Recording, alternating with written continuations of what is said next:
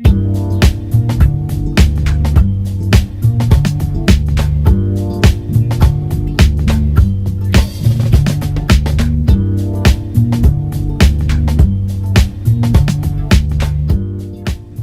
of the highlights of our November sale is this fantastic Brett Whiteley picture. Brett Whiteley being one of Sydney's most celebrated artists, and this is in fact one of his most celebrated subjects, Lavender Bay, where of course the artist lived.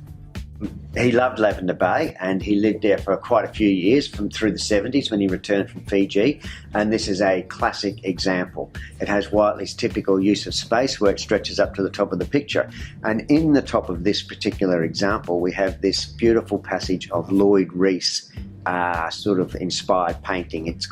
Lloyd Rees's thought, well, Brett has said himself, it's where he first sort of discovered the sensual line in landscape painting, and this picture has a delightful passage of Lloyd Rees across the top of it. It has the Harbour Bridge, of course, signature Whiteley, and another interesting thing that he's done here, a tricky way of depicting the rain on the window, he's actually put the white paint raindrops on the perspex itself.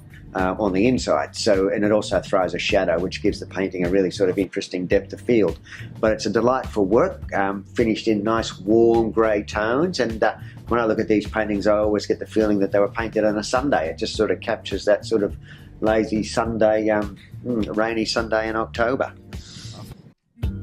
A further highlight of our November sale is this marvellous Bill Robinson, Nimbin Rocks and Fog, painted in 1996. Nimbin, of course, being in the northern New South Wales hinterland, where Robinson has lived for many years, or near where he has lived for many years.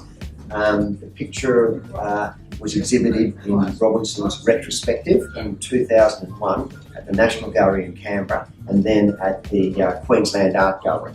The work was formerly in the collection of the celebrated actor Sam Neill.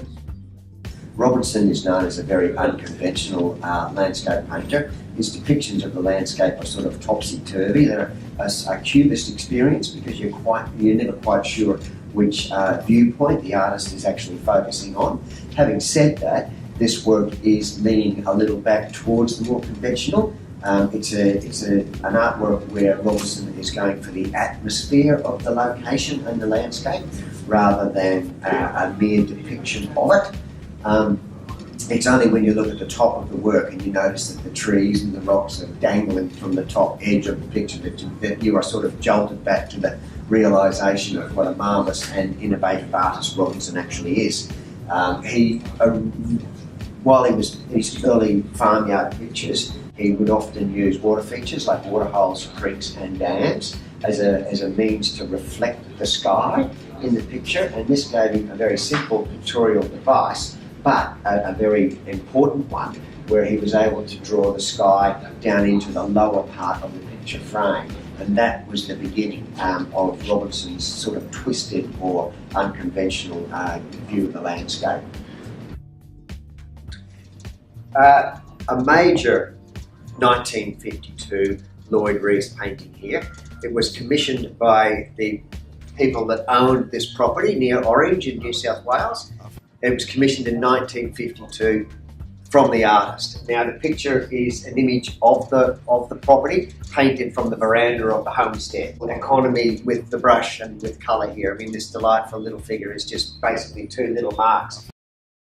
And one of the fascinating things when you look at a Lloyd Rees painting is when you actually get close to it and see how the marks are made, there's a real mixture of processes. It's not all brush. He uses his hands, he uses rags, he dibs and dabs, and he basically, there's a lot of happenstance and accident that go into to creating the illusion of great detail. But in fact, he arrived at his scenarios in very spontaneous ways. And of course, we mentioned in the other one the influence that he had on Brett Whiteley. When you look at a picture like this, the way the horizon climbs up the picture, it's easy to see how Brett Whiteley took that idea and expanded it. But there it is. It's the first time that this picture has been off the wall in the house where it has hung since 1952. So it's fresh to the market. In effect, it's never been sold, and we're delighted to have it here. So those are just three highlights from the Deutscher and Hackett spring sale, but we have many other works: Howard Arkin, Michael Johnson, Bronwyn Oliver, And we also have the Indigenous portion of the sale, which is half of the sale. Chris McGutteridge has done a terrific job putting that together with some fantastic Indigenous works, Robert Thomas and Lee Nenwara, and a fantastic selection of barks. The fine art selection, Deutscher, myself, Damien, Cassie, and the whole team at Deutscher and Hackett have had a terrific time putting it together, and we hope that you enjoy coming to the viewing and seeing the works, and we hope you enjoy that as much as we've enjoyed putting it together. So those are just 3 of the highlights. Damien, don't. Get this thing. You got to focus anyway. He doesn't know, so he doesn't got the technical wherewithal.